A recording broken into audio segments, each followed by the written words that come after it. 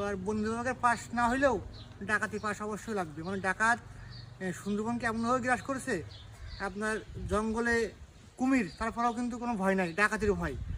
ডাকাতে ধরলে আপনি টাকা ঋণ করবেন কি করতে দেবেন ওরা দেখবে না, ওদের লাগবে টাকা। আর প্রশাসন দিঘাতে বসে তামাশা দেখতেছে, আমরা কিন্তু ডাকাত নেই, এই নেই সেই নেই।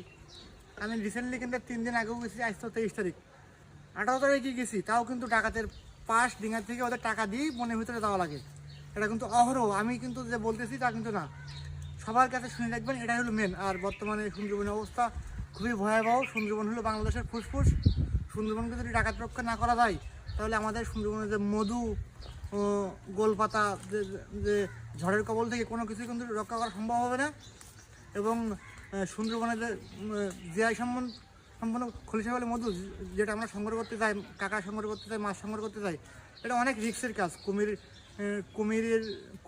মশা, কুমির মশা